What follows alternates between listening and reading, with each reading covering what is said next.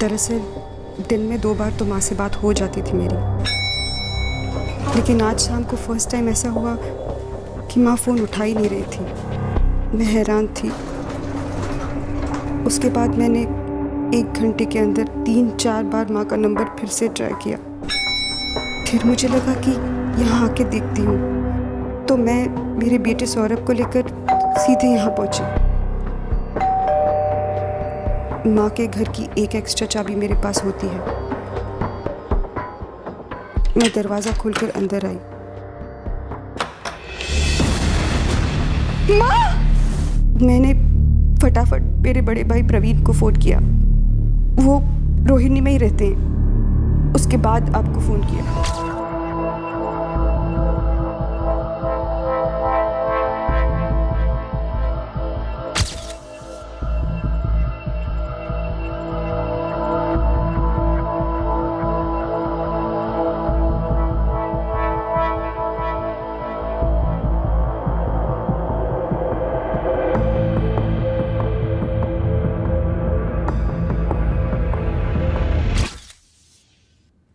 पाँच साल पहले हमारे पापा गुजर गए।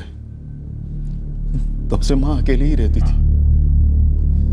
मेरी छोटी बहन नंदिनी और मैं रोज फोन पर माँ के साथ बात करते थे, आते जाते रहते थे। आज सुबह ही मेरी बात हुई थी माँ के साथ फोन पर। आज शाम को आपकी माँ से कोई मिलने आने वाला था? फोन पे कुछ कहा था उन्होंने? नहीं सर, माँ ने ऐसा कुछ कहा नहीं था। माँ दोनों कलाइयों पे 2-2 सोने के कंगन पहनती थी। चारों गायब हैं।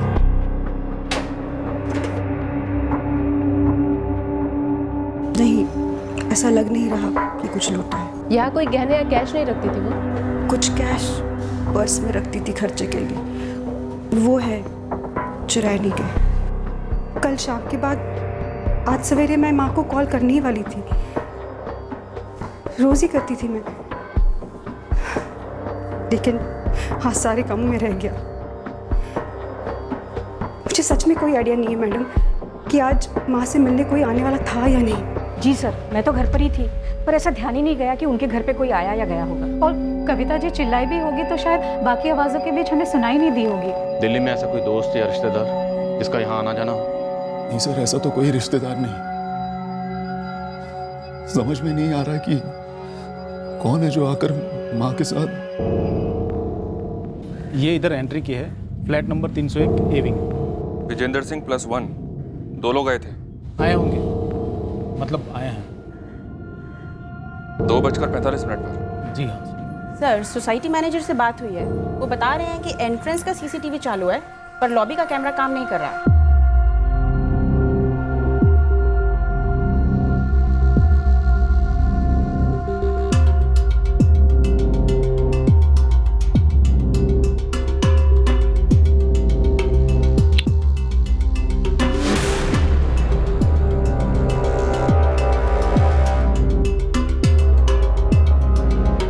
ये पीछे खड़ा हुआ यंग लग रहा है।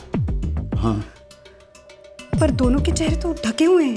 इन्हें मालूम था कि सोसाइटी में सीसीटीवी लगा हुआ, इसलिए आते और जाते वक्त दोनों वक्त चेहरे ढक रहे हैं। तस्वीर को ध्यान से देखिए। कुछ अंदाजा हो रहा है आप लोगों को कि ये दोनों कौन हो सकते हैं?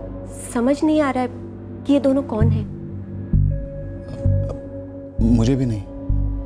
नंदिनी? जान पहचान वाले ही हैं, क्योंकि डोरबेल बजाकर घर में दाखिल हुआ।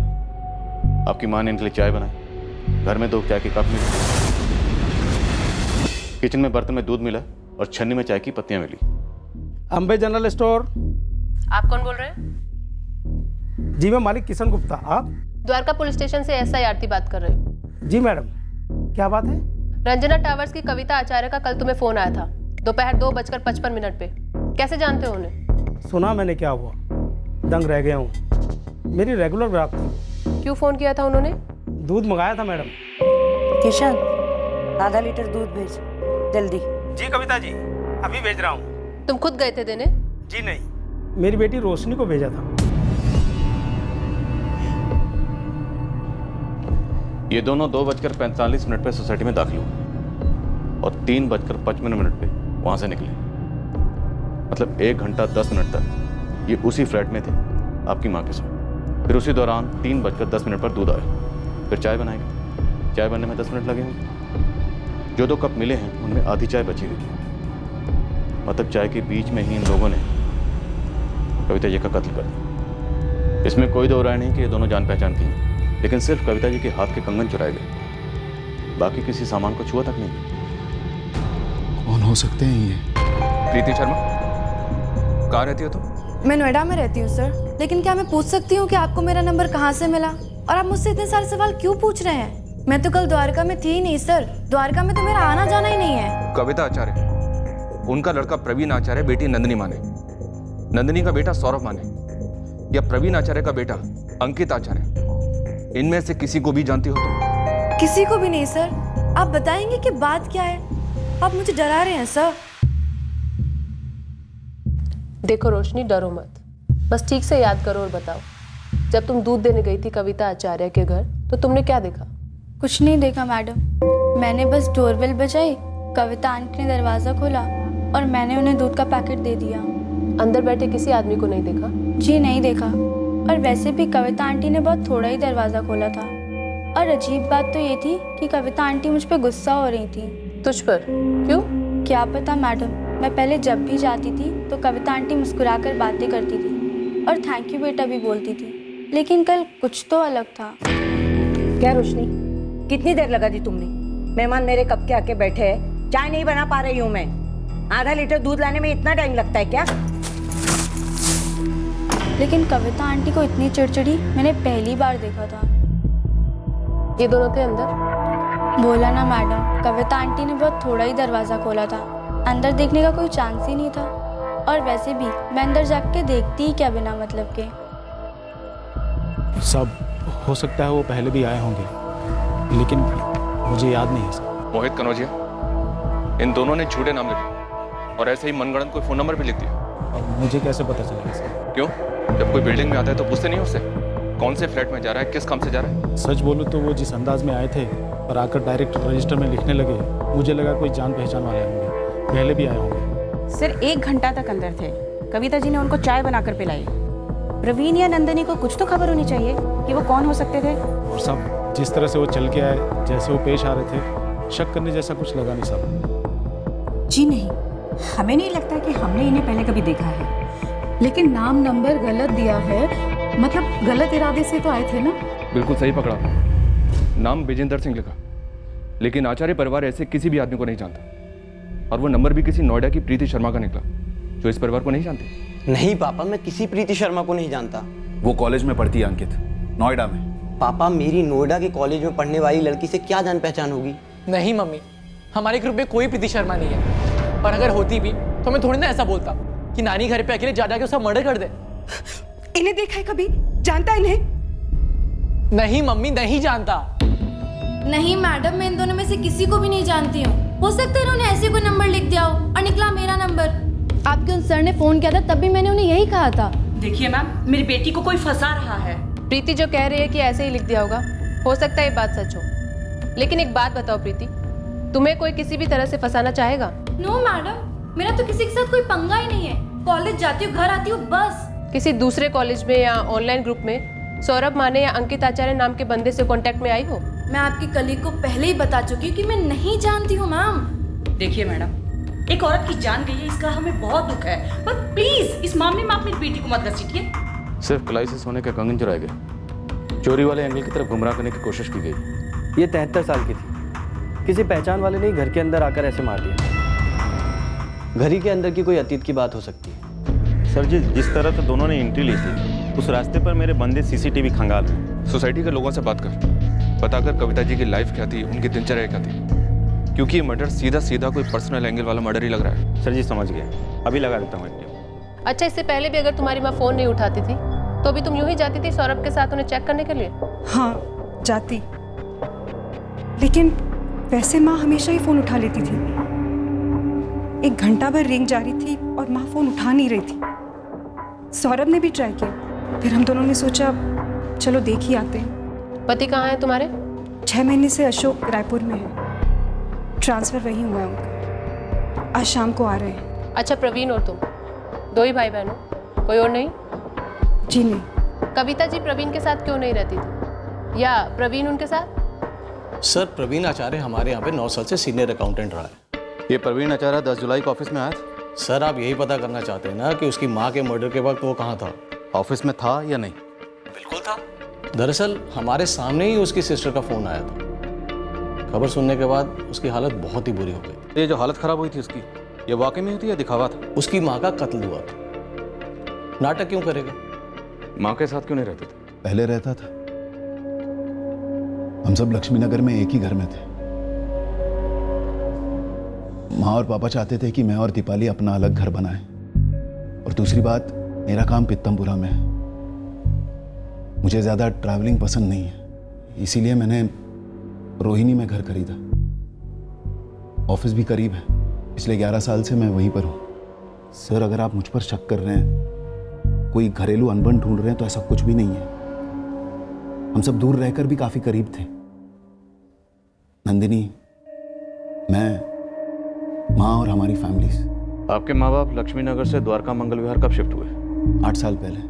पापा ने रिटायरमेंट के बाद लक्ष्मी नगर वाला घर बेच दिया और यहाँ द्वारका मंगल विहार में रंजना टावर्स में 1 BHK लिया। नंदिनी का घर भी पास ही में था, उत्तम नगर में। लेकिन शिफ्ट होने के 2 साल बाद पापा चल बसे। और आपकी माँ कविता जी ने अकेले रहना पसंद किया? उन्हें अपनी आज़ादी पसंद थी, पर हम हर वीकेंड को मिलते, कभी उनके घर, कभी अपने घरों में। तो फिर साथ क्यों नहीं रहते थे? सबकी अपनी मर्जियां होती है सर। माँ की अपनी मर्जी थी। ये जो लक्ष्मी नगर वाला फ्लैट बेचा गया, उसका पूरा पैसा द्वारका मंगल विहार वाले फ्लैट में डाला गया? जी नहीं, कुछ पैसे FD में है, जिसका इंटरेस्ट माँ को मिलता, ऊपर से पापा की पेंशन। पापा रेलवे की सर्विस में थे। जो भी 2 लोग आए थे ना, ये तय है कि जान पहचान के थे और कत्ल के इरादे से ही आए थे। वो तो जाहिर है ना सर। हमें तो समझ में ही नहीं आ रहा कि ये कौन हो सकते हैं। माँ की तरफ से, पापा की तरफ से, हमारी तरफ से। मैंने तो अपने बेटे अंकित से भी पूछा कि क्या वो किसी विजेंद्र सिंह या प्रीति शर्मा को जानता है, लेकिन उसने भी पता नहीं ये कौन हो सकते हैं। नहीं मैडम, मैं नहीं पहचान पा रही हूँ इन्हें। आपको माँ के फ़ोन में कुछ मिला? इन लोगों ने शायद आने के पहले कोई फ़ोन वोन किया हो। कॉल रिकॉर्ड्स अभी आने बाकी है नंदिनी, लेकिन कॉल लिस्ट से हमें ऐसा कुछ नहीं मिला। हो सकता है मर्डर के बाद उन्होंने नंबर डिलीट कर दिया हो, पर वो ऐसा क्यों करेंगे? फ़ोन को ही अपने साथ ले जाते ना। ये सवाल भी जवाब मांग रहे हैं।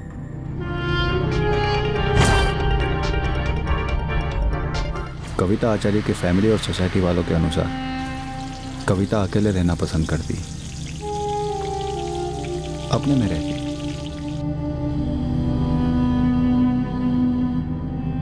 जब जरूरत पड़ती तभी घर से निकलती।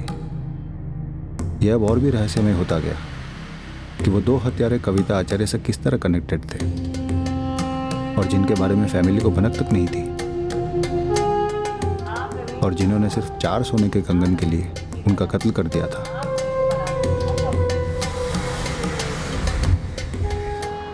कविता की मीट सरिता जायसवाल से भी पूछताछ हुई। वही एक थी जो कविता के घर रोज आती जाती। मैडम, मैं इन्हें नहीं पहचान पा रही हूँ। एक जवान लड़का है और एक अधेड़ उम्र का आदमी दिखता है। ऐसे 2 लोग कभी ना कभी घर पर आए होंगे। मैडम, मैं सुबह 8 बजे आती और 9:30 बजे तक सारा काम निपटा कर दूसरे घर चली जाती। ऐसे 2 लोगों को मैंने कभी नहीं देखा। नंदिनी और प्रवीण को जानती हो? नंदिनी दीदी से कुछ बार मिली हूँ और प्रवीण साहब से 1 आध बार। क्या कविता जी ने कभी बातों बातों में तुमसे कभी किसी घरेलू अनबन का जिक्र किया था? बच्चों के साथ कोई नाराजगी या झगड़ा, ऐसा कुछ भी कहा कभी? कभी फ़ोन पर बात करते हुए सुना हो या कभी चिड़चिड़ी हो रही हो? नहीं मैडम, मैं पिछले 2 साल से वहाँ काम कर रही थी। सुनकर बहुत बुरा लग रहा है। ऐसे कैसे किसी ने उन्हें मार दिया, वो भी 2 जोड़ी कंगन के लिए। लॉबी वाला CCTV 2 महीने से खराब पड़ा है और बिल्डिंग एंट्रेंस वाले CCTV से सिर्फ 1 महीने का फुटेज मिला है, जिसमें दोनों कभी दिखे ही नहीं। नंदिनी ने अलमारियों के लॉकर स्टिक से चेक की, पक्का कुछ और चोरी नहीं हुआ? कह तो रही है नहीं सर। वैसे कविता जी का मोबाइल और पर्स दोनों ज्यों के त्यों मिले। हाँ गुरु बोल। रंजना टावर के बगल में एक दुकान की CCTV से कुछ मिला है। दोनों है? जी सर, टैक्सी में आए थे।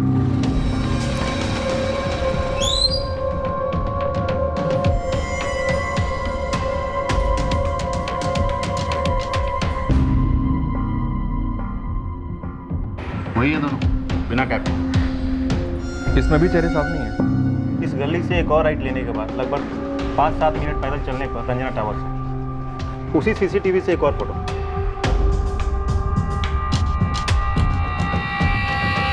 सर इसमें भी चेहरे छुपाए हुए हैं। शायद टैक्सी रोकते वक्त नजर पड़ी होगी सीसीटीवी पर, और सोसाइटी की सीसीटीवी के बारे में पहले ही जानते होंगे। मतलब कविता आचार्य घर पे पहले भी आए होंगे।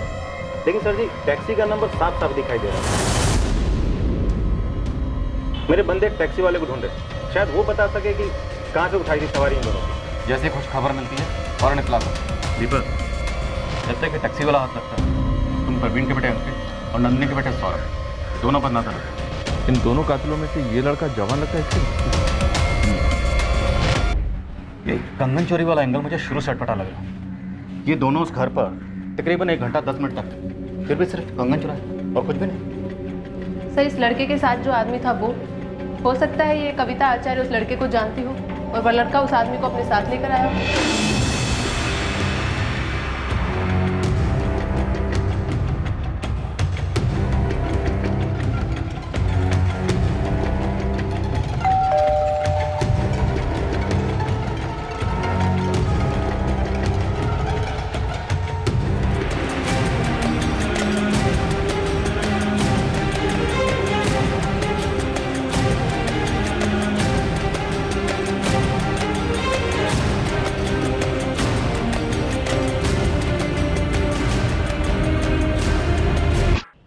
कौन, ये तुम्हारी खुद की गाड़ी है? तुम अकेले चलाते हो? हाँ। हमें ये दोनों चाहिए। ये दोनों तो द्वारका मंगल विहार की सवारी है। बिल्कुल सही। रंजना टावर्स की बाजू वाली गली में 10 जुलाई दोपहर 2:35 को तुमने इन्हें छोड़ा था। उठाया कहाँ से था? नवादा मेट्रो स्टेशन से। पक्का वहीं से? हाँ, दोपहर के समय मैं नवादा मेट्रो स्टेशन पर गाड़ी लगाता हूँ।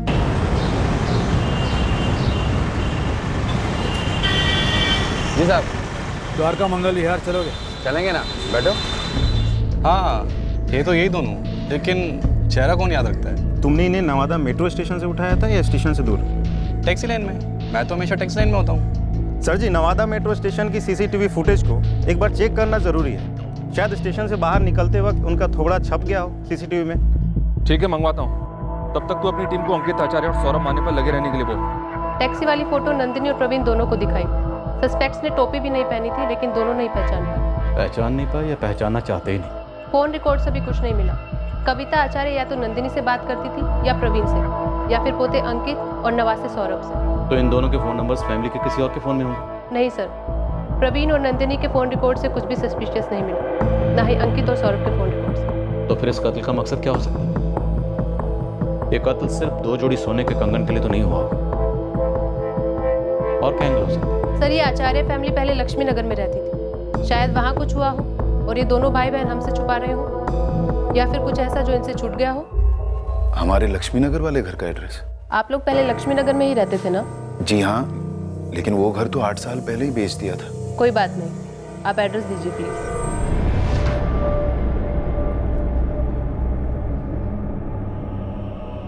नंदिनी, पुलिस ने लक्ष्मी नगर वाले घर का एड्रेस लिया। पर वहां से कौन आकर ऐसा कुछ करेगा? किराने वाले की लड़की रोशनी, जो घर पर दूध देने आई थी, उसने स्टेटमेंट दिया है कि माँ गुस्से में लग रही थी। नंदिनी, ऐसा कौन हो सकता है जिस पर माँ गुस्सा होगी और उनके लिए चाय भी बनाएगी?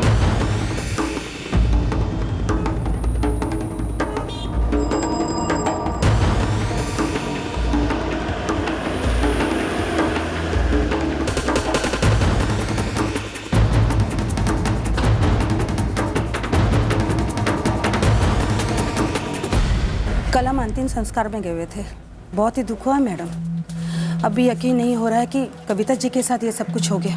हमें बताया गया जब आचार्य परिवार यहाँ रहता था तो गणेश जी आप और दिव्या जी आप दोनों उनके काफी करीब थे। सालों की दोस्ती थी, एक परिवार जैसे। जब वो लोग यहाँ से अपना घर बेच कर गए थे तो बहुत तकलीफ हुई थी हम लोगों को। बहुत ही अच्छे लोग थे, मुकेश जी और कविता जी, ये किसने किया है मैडम? इन्होंने।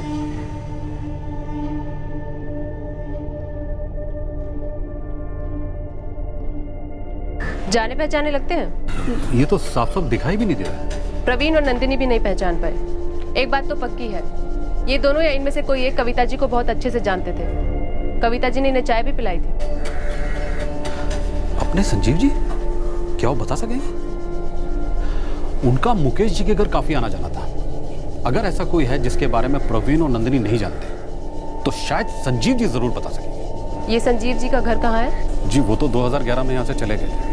मुकेश जी से बड़ी गहरी दोस्ती थी उनकी। यहीं सामने बैठकर तो उनका कैरम चलता था। ये लो चौका। ये बातें बड़े फॉर्म में हो। ऑलवेज। वाइट आपके लिए बहुत लकी है। क्या बात है? गेम अब तक चल रही है। एक और चाय भिजवा दूं? अरे पूजा, चाय के साथ में तेरे स्पेशल वाले पकौड़े भी भेजना। हाँ। ये मेरा sixer. Sanjeev Parekh share market line में काम करते थे। अभी का उनका पता तो मालूम नहीं, पर उनकी माँ ग्रीन पार्क में रहती है। वो संजीव जी तो आउट ऑफ दिल्ली सेटल हुए हैं। हाँ, ऐसे कुछ सुना था। संजीव पारेख की माँ का एड्रेस है आपके पास? जी नहीं, उनका एड्रेस तो नहीं है, पर एक बार उसने बताया था कि वो बेसिकली दिल्ली का रहने वाला है और उसकी माँ ग्रीन पार्क वाले गुरुद्वारे के आसपास कहीं रहती है। उनकी माँ का नाम याद है आप लोगों को? एक बार संजीव जी की वाइफ पूजा ने बताया था, सावित्री नाम है, सावित्री पारेख। कोई संजीव पारेख जो आपके पिताजी के अच्छे खासे दोस्त हुआ करते थे लक्ष्मी नगर में।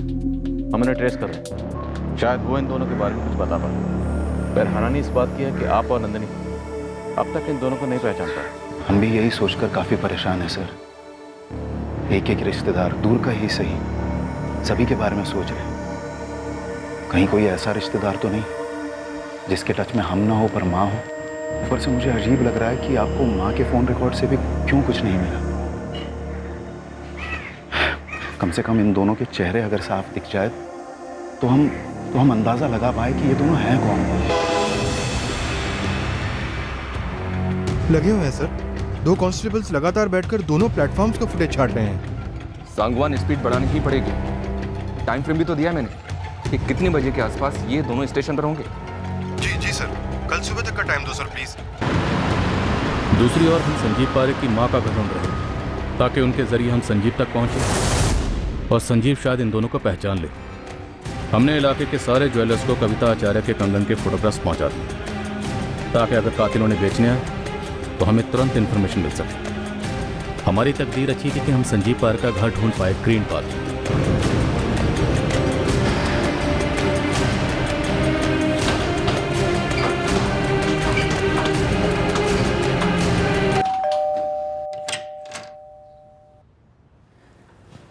जी सावित्री पारेख।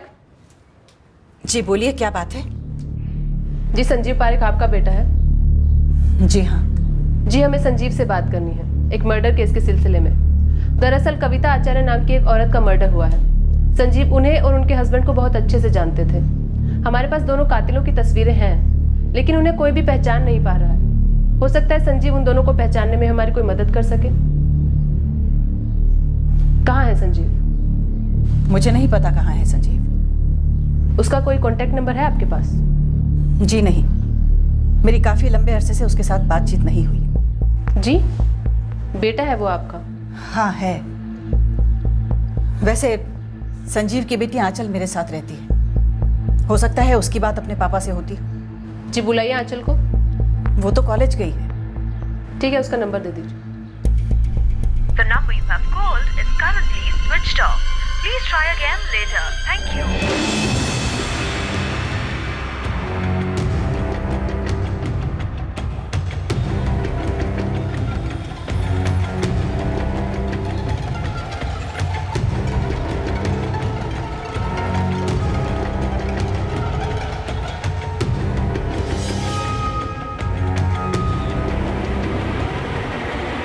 हमने कविता आचार्य के पोते अंकित आचार्य और नाती सौरभ माने पर कड़ी नजर रखी। कत्ल के दिन 10 जुलाई को वो दोनों कहाँ थे, क्या कर रहे थे, हर एक डिटेल निकाली, पर हमें अब तक उन दोनों के खिलाफ कुछ भी नहीं मिला था। अब 2 बातें एक साथ होने वाली थी। एक, हाथ आने वाला था नवादा मेट्रो स्टेशन का सीसीटीवी क्रैक, जिससे हमें दोनों संदिग्ध के चेहरे साफ मिल गए। और दूसरी बात थी संजीव पारेख की मां सावित्री से मिलने वाली एक अजीब सी खबर। सावित्री जी, मैंने आंचल को फ़ोन किया था, उसका फ़ोन लगा ही नहीं। मैंने मैसेज भी ड्रॉप किया, लेकिन अभी तक कोई जवाब नहीं आया है। अरे मैडम, मैं तो खुद ही आंचल को लेके परेशान हूँ। वो ना तो कॉलेज से घर लौटी है और नहीं उसका फ़ोन लग रहा है। मैंने उसकी सहेलियों से बात की तो उन्होंने कहा कि वो कॉलेज के बाद तुरंत निकल गई थी और सबको लगा कि वो रोज की तरह घर गई होगी, पर नहीं। मैंने अपने छोटे बेटे राजीव से भी बात की, लेकिन वो कहीं नहीं है।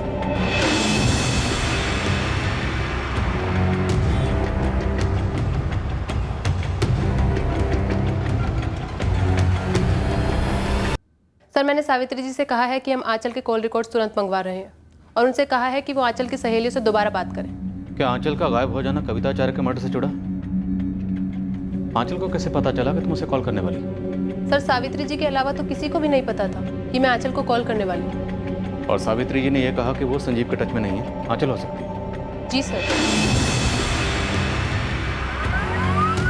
आंचल पारेख के गायब होने का रहस्य अगले ही दिन रोशनी में आने वाला था, जब नवादा मेट्रो स्टेशन की सीसीटीवी फुटेज हमारे हाथ लगती। इसके पहले कि हम कविता आचार्य की फैमिली से पूछते कि वो दो कातिल कौन थे, हमें उनकी असलियत पता चलने वाली थी। फोन बंद आ रहा है उसका। उसने अपने चाचा राजीव से भी बात नहीं की। उसकी सारी सहेलियों से पूछ चुकी हूं मैं। और ऐसे कैसे हो गया कि आपने उसका फोन नंबर लिया और वो एकदम से गायब हो गई? हम खुद हैरान हैं सावित्री जी कि ऐसा कैसे हो गया। वैसे ग्रीन पार्क की पुलिस भी लगी है आपकी पोती को ढूंढने में। जैसा कि आप जानते हैं, हम आपकी पोती आंचल से सिर्फ इसीलिए कांटेक्ट करना चाहते हैं ताकि हम संजीव तक पहुंच सके और संजीव से इन दोनों तक। आप चिंता मत कीजिए, आपकी पोती मिल जाएगी। है, एक मिनट, वो फोटो फिर से दिखाएंगी?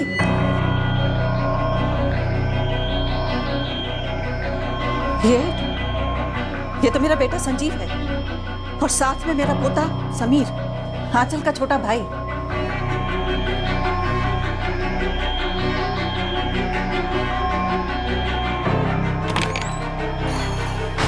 आरती ने कॉल किया था। ये दोनों संजीव पारेख और उसका बेटा समीर पारेख है। संजीव की मां सावित्री जी ने इन दोनों को पहचान लिया। आप लोगों ने नहीं पहचाना? लक्ष्मी नगर में आपके पड़ोसी रह चुके हैं। हाँ सर, पर हमारे वहाँ से निकल जाने के बाद ये लोग वहाँ आए होंगे। हाँ, मैं तो कभी नहीं मिली इनसे, ना माँ पापा से कभी सुना है इनके बारे में।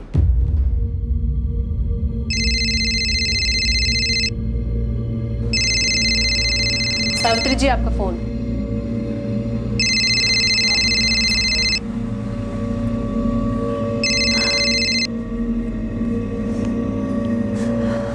हेलो माँ, मैंने भी आंचल के नंबर पे फोन किया था। संजीव भैया ने फोन उठाया। राजीव कहाँ है संजीव? और आंचल कहाँ है? उन्होंने कहा वो दोनों ठीक है और बोले दोबारा फोन मत करना। हाँ राजीव। संजीव भैया, आंचल का फोन आपके पास है? कहाँ है वो? आंचल मेरे साथ है, बिल्कुल ठीक है। और सुन, दोबारा फोन करने की जरूरत नहीं। लेकिन भैया, आगे कुछ बोला नहीं और फोन काट दिया और तब से फोन फिर से स्विच ऑफ है। राजीव, संजीव और समीर ने किसी का कत्ल कर दिया है। क्या? कत्ल कर दिया? किसका? माँ, ये क्या कह रही हैं आप? कहाँ है संजीव? आंचल है साथ में? समीर भी साथ है? राजीव को कुछ नहीं बताया उसने कि कहाँ है, बस फोन काट दिया। और वो औरत जिसको मार डाला, क्यों मार डाला?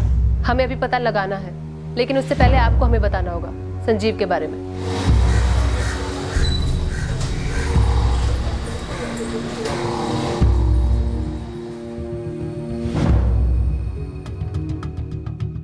गणेश भाई, ये संजीव पारेख और उसके बेटे ने मां को क्यों मार डाला होगा? मुझे नहीं पता प्रवीण। ये संजीव तो काफी करीब था तुम्हारे मम्मी पापा के। उसकी कविता जी के साथ ऐसी क्या दुश्मनी हो गई? नवादा मेट्रो स्टेशन से बाहर आए और फिर टैक्सी लेकर द्वारका मंगल विहार तक आए और कविता जी की सोसाइटी से कुछ दूरी पर उतर गए और फिर चेहरा छुपाकर सोसाइटी के रजिस्टर में फर्जी नाम और फर्जी नंबर लिखकर फ्लैट तक पहुंचे। फिर वही कर गए जो करने आए थे, कविता आचार्य का कत्ल। मुझे कोई कारण नहीं दिख रहा सर, इतनी अच्छी दोस्ती थी। संजीव की बेटी आंचल भी गायब हुई कल और अब वो संजीव के ही साथ है। गणेश भाई, इस संजीव पारेख का माँ पापा से कोई झगड़ा हुआ था क्या? नहीं, होता तो इन्हें हम पहले बता देते। सर मैं सावित्री पारेख और संजीव के छोटे भाई राजीव पारेख के साथ वहाँ आ रही हूँ। ये लोग कह रहे हैं इन्हें कोई आइडिया नहीं संजीव ने ऐसा क्यों किया। ठीक है, हम उनसे पता करते हैं कि संजीव अपने बेटे समीर और बेटी आंचल को लेकर कहाँ जा सकता है। तुम उनसे पता करो संजीव की पत्नी पूजा कहाँ है। पूछा मैंने सर। सावित्री जी कह रही है कि पूजा संजीव को 3 साल पहले ही छोड़ चुकी थी। गणेश जी, दिव्या जी, पूजा ने 3 साल पहले संजीव को छोड़ा। आप लोगों को कुछ आइडिया है कि पूजा इस वक्त कहाँ हो सकती है? हमें कैसे पता होगा सर? हमें तो ये भी पता नहीं था कि पूजा ने छोड़ दी। कविता जी ने आप दोनों से संजीव पारेख का कभी जिक्र नहीं किया? नहीं सर, मुझसे तो कभी नहीं किया। मुझसे भी नहीं, पर ऐसी भी क्या अनबन, कितनी भयंकर तरीके से माँ को।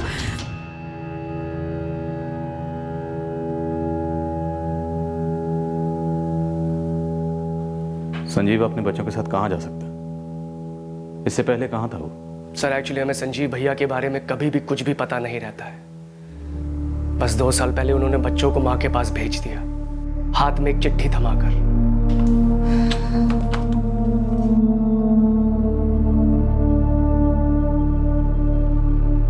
मैं शहर के बाहर जा रहा हूँ। माँ तुम समीर और आंचल की देखभाल करना। मुझे मालूम है आप मुझसे नाराज हो, लेकिन बच्चे मासूम हैं। आपके पोता और पोती हैं, उनके साथ उनके मार्कशीट्स भी हैं। अगर राजीव और आप उनको आगे कॉलेज पढ़ाओगे तो उनके लिए अच्छा होगा।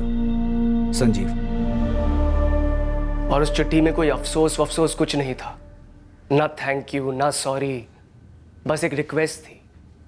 ऑर्डर ही समझिए कि आंचल और समीर की देखभाल हम लोग करें।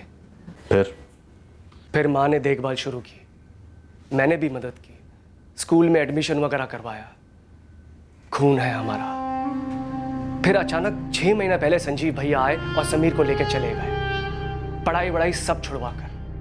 क्यों ले जा रहा है, क्यों पढ़ाई छुड़वा रहा है, कुछ भी नहीं बताया। बस ले गया समीर को, और अब ऐसे ही अचानक आंचल को लेकर चला गया बिन बताए। सावित्री, हमें लगता है आंचल खुद अपनी मर्जी से संजीव के साथ गई, क्योंकि जब हमने आपसे कांटेक्ट किया और आपने हमें आंचल का नंबर दिया, उसके तुरंत बाद किसी ने आंचल को यह बताया कि हम उसके फादर को ढूंढ रहे हैं। सावित्री जी, आपके घर से निकलते ही मैंने तुरंत आंचल को फ़ोन किया था, लेकिन उसका फ़ोन लग नहीं रहा था। शायद उससे पहले ही उसको संजीव का फ़ोन गया होगा। हेलो आंचल, पापा बोल रहा हूँ। पापा, कहाँ हो आप? घर आए हो? नहीं बेटा, मैं तुमको लेने आया हूँ। कहाँ ना है लिख लो, जल्दी से आ जाओ। और सुनो, फोन स्विच ऑफ करना, ओके? क्यों, क्या हुआ है पापा? सब मिलकर समझाऊंगा, जल्दी से एड्रेस लो। सावित्री, क्या संजीव आपके टच में था?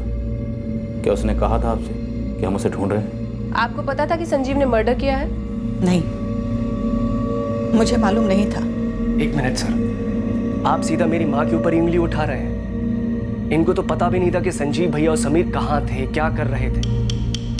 और ये जो औरत है जिसका मर्डर हुआ है, हमने तो उसका नाम भी नहीं सुना कभी। इस वक्त संजीव कहाँ हो सकता है? और उसकी पत्नी पूजा कहाँ मिलेगी? नहीं मालूम, वो पूजा के लायक था ही नहीं कभी। वो किसी औरत के लायक नहीं था जो कभी उसकी जिंदगी में आई थी। देखिए, मेरा बेटा संजीव, मैंने जाना उसे जरूर है, लेकिन वो ऐसा कैसे हो गया, क्यों हो गया, क्या हो गया, आज तक समझ नहीं पाई हूं मैं उसको। एक बूढ़ी औरत को मार डाला उसने, मार डाला, और साथ में समीर को शामिल किया। कितना छोटा है समीर।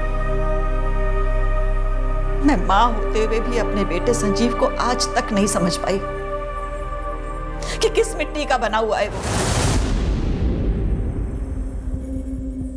संजीव पारेख चिकनी चुपड़ी बातें करता। वो अपने रुतबे से लोगों का विश्वास और दिल जीत लेता, उन पर पकड़ जमा लेता और अपनी बातों के लपेटे में लेकर उसके शेयर बाजार के इन्वेस्टमेंट्स के लिए उनसे पैसे निकलवाता, फिर उन्हें ठगता, उनके साथ फ्रॉड करता और फिर नए शिकार की तलाश करता। सालों पहले जब वो हैदराबाद में अपनी हेरा फेरी के कारोबार में पैर जमा रहा था, तब वो अमृतसर की गुरप्रीत कौर से मिला और उससे शादी करने के पीछे भी उसका एक ठोस मकसद था। गुरप्रीत का पिता एक रईस आदमी था और इसकी वजह से संजीव को रहने की जगह आराम से मिल गई। उसका पहला बच्चा लड़का था जो गुरप्रीत से हुआ था और उसे गुरप्रीत को जया नायडू के लिए छोड़ने में ज्यादा समय नहीं लगा। एक तो वो हमारे जात की नहीं थी, ऊपर से डिवोर्सी थी। पति छोड़ा था उसने अपना, घर तोड़ा था अपना संजीव के लिए। मुझे वो शादी कभी मंजूर नहीं थी। और संजीव, वो तो कितने ही दिनों से हमसे दूर था, कभी फोन तक नहीं करता था हमें। और फिर एक दिन धमक गया अचानक। मैंने उन्हें घर में दाखिल नहीं होने दिया क्योंकि वो शादी मुझे कतई मंजूर नहीं थी। आंचल और समीर दोनों जया से हुए थे, लेकिन जब उसने संजीव को छोड़ा तो हमें पता भी नहीं चला। फिर उनकी लाइफ में पूजा आई। हमें तो ये भी नहीं पता था कि संजीव भैया यहाँ दिल्ली में रहते हैं या दुनिया के किसी और कोने में। नमस्ते माँ जी, मैं पूजा। फिर 2 साल पहले वो आंचल और समीर को मेरे पास छोड़कर चला गया। तब पता चला कि पूजा, जिसे बच्चे अपनी माँ समझते थे, वो भी संजीव को छोड़कर चली गई। और संजीव की जिंदगी में एक नई लड़की आई, मानसी बनर्जी। और वो तो आंचल से उम्र में थोड़ी ही बड़ी थी। आंचल, समीर, मानसी से मिलो। हाय आंचल, हाय समीर। अब से ये हमारे साथ ही रहेंगे। ये मानसी बनर्जी, ये भी स्मार्टर प्लान में शामिल हो सकती है। इसका कोई नंबर या एड्रेस है आपके पास? मुझे नहीं पता सर, हमें संजीव भैया के बारे में कुछ भी नहीं पता है। वो जो भी नंबर यूज कर रहा था आप लोगों से बात करने के लिए, वो नंबर दीजिए। मेरे पास उनका मोबाइल नंबर नहीं है और मुझे नहीं लगता कि भैया मोबाइल फोन यूज भी करते हैं। अब ये मानना थोड़ा मुश्किल है। आज की डेट में आपका भाई संजीव मोबाइल फोन यूज नहीं करता। संजीव के बारे में कुछ भी मानना आसान नहीं रहा है कभी। सावित्री जी, आपका बेटा उसके निजी मामलों से अलग अब एक खूनी भी है। इसलिए आपको और राजीव, आपको हमें कोई तो ऐसी लीड देनी होगी जिससे हम उस तक पहुंच पाए। उसने आपके पोते समीर को एक कत्ल में शामिल किया। अब आंचल भी उसके पास। हमारा उस तक जल्द से जल्द पहुंचना जरूरी है।